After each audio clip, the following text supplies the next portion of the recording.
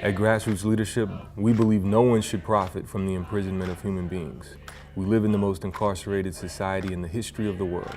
Every day we confront a prison industry that preys on pain because locking people up dehumanizes us all.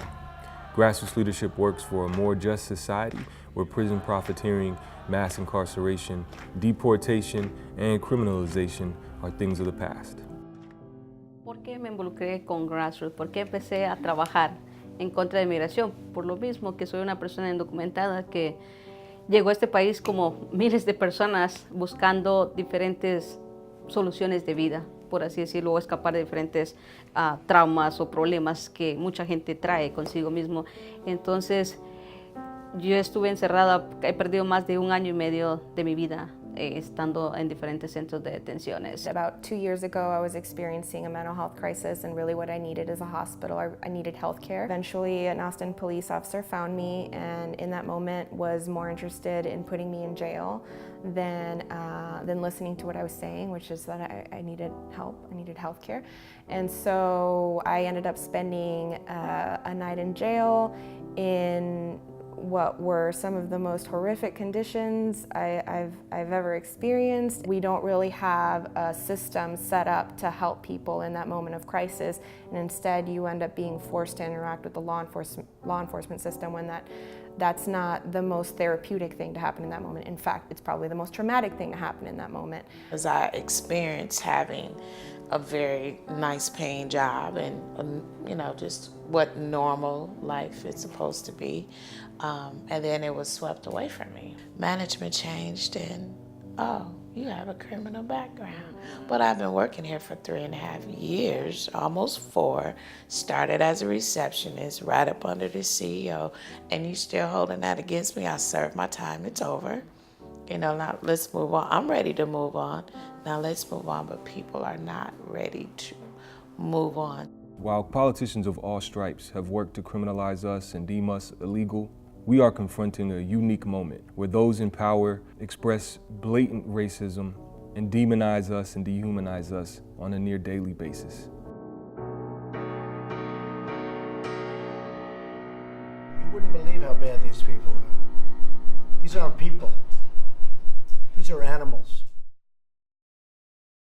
Watching the way ICE moves through the community now, it's a Gestapo force. And I think for many Americans, they're still trying to grapple with this. The other day we rushed down to the scene and there was a grandfather and like a young kid, and the grandfather had been taken by ICE and they had left the kid in the car. How traumatizing is that, to be just whisked away in front of the child and the child has no idea what's happening? That's where we're at. I don't think that the general public recognizes that there are people right now living that reality, that isn't just some future world that might exist if we don't do something about it. It does exist right now for some people. When does hoarding people up in the night, shipping them off to detention centers, holding them there indefinitely without charge, without representation, turn into all the things that we've been taught are the worst things that humanity can do?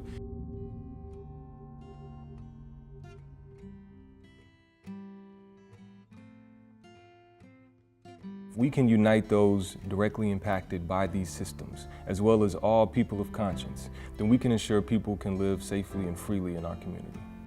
With the family separation we're seeing now, where they take this group of mothers and children and they tell the mothers, you go in this room and sign these paperwork, and the moms came out and all their kids were taken. They didn't even give the kids and the moms a chance to say goodbye. With the escalation of family separation and detention, we are continuing our decade-long fight to keep families together and free. We launched our Hutto Community Deportation Defense and Bond Fund to reunite families and support the courageous organizing of women detained at Hutto.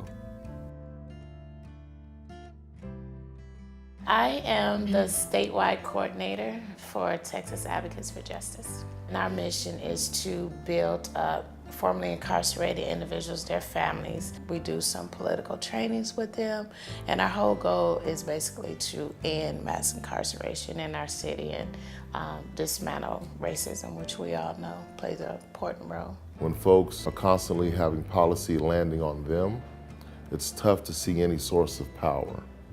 But when you are engaged in that policy process of where you're tangibly removing that noose of oppression that has been around your neck, and you're part of the process of removing that rope, it's different when someone removes it for you.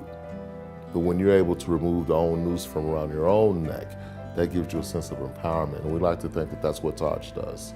Pues también fui la primera mujer que tomó santuario. A raíz de mi experiencia de tomar santuario, han habido otras 3 personas que están tomando santuario. Actualmente santuario está tomando mucha fuerza actualmente porque realmente es lo que necesitamos. Santuario ahorita es la única estrategia que tenemos después de los abogados porque no se puede hacer mayor cosa con las cosas legales. Entonces santuario es una de las opciones más creo que factibles o más fuertes que puede tener una persona para quedarse en este país.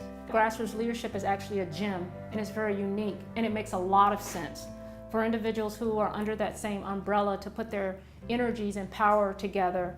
Sabemos dónde está el poder, ¿no? Sabemos dónde está, sabemos cómo llegarle, y los que están en poder lo tienen porque la comunidad se lo ha dado. Entonces usamos un modelo bien básico de saber que el poder está en la comunidad, que la comunidad realmente puede mover a esos que se les ha dado ese poder y que esas personas después tienen la obligación de mover a otros con más poder. My favorite part about the work is that we win. We know how to win. Remember that time we did that thing? Remember that time we stopped that women's jail?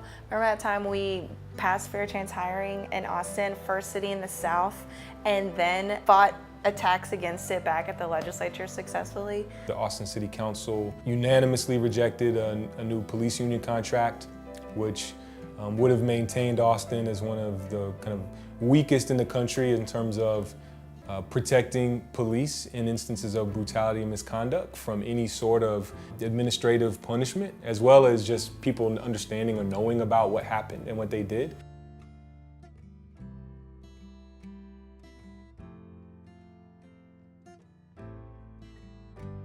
Laura Monterosa was released after a national campaign to demand justice for survivors of sexual violence in ICE custody. We believe Laura is the first person to win deferred action under Trump. Y fue como Laura salió libre, fue con un esfuerzo de que más de 200 personas llegaron a visitarla al centro de detención. Esas personas se sentían directamente conectadas a la campaña y esas personas sentían la responsabilidad de mover a los que tenían el poder y al final lo hicimos. Entonces para mí ese fue un buen momento, obviamente porque Laura es valiente, ¿verdad? Y tomamos su liderazgo, pero también porque demostró que la discreción está ahí y que estos modelos de poder comunitario. Travis County never really consulted with the community before they laid out this master plan that involved additional jail construction. They were taken by surprise. They never at any point stopped to take community input. They didn't believe in the power of people with lived experience showing up in that room and saying, this isn't okay, you need to rethink what you're doing because it's not what we want and it's not what we think is the best use of this money. What Advocacy Day did really put criminal justice advocates and immigration advocates in the same room with the same messaging, with the same goals. No more cages. We are just as creative as folks are being about how to criminalize and punish and degrade individuals. We have to be just as creative in how we respond and attack. We most definitely should do art. Not only did we take the Capitol over on the outside, but the basement of the Capitol, everybody was just so excited that we forced that space to acknowledge like humans and human existence. We work with coalition partners to make Austin the first Freedom City in Texas. The Freedom City policy limits encounters with local police that lead to arrest or deportation. Y así nos pusimos a trabajar con el equipo de justicia criminal para formar una ley que ya no nos dividiera. Nos dividen tanto que a veces nos olvida que vienen por los dos al mismo tiempo, ¿verdad? Entonces queríamos empujar una respuesta unificada de los dos equipos diciendo, si si vas a llamar a Austin una ciudad progresiva, si vas a decir que te interesan los inmigrantes, también tienes que decir que te interesa la gente de color.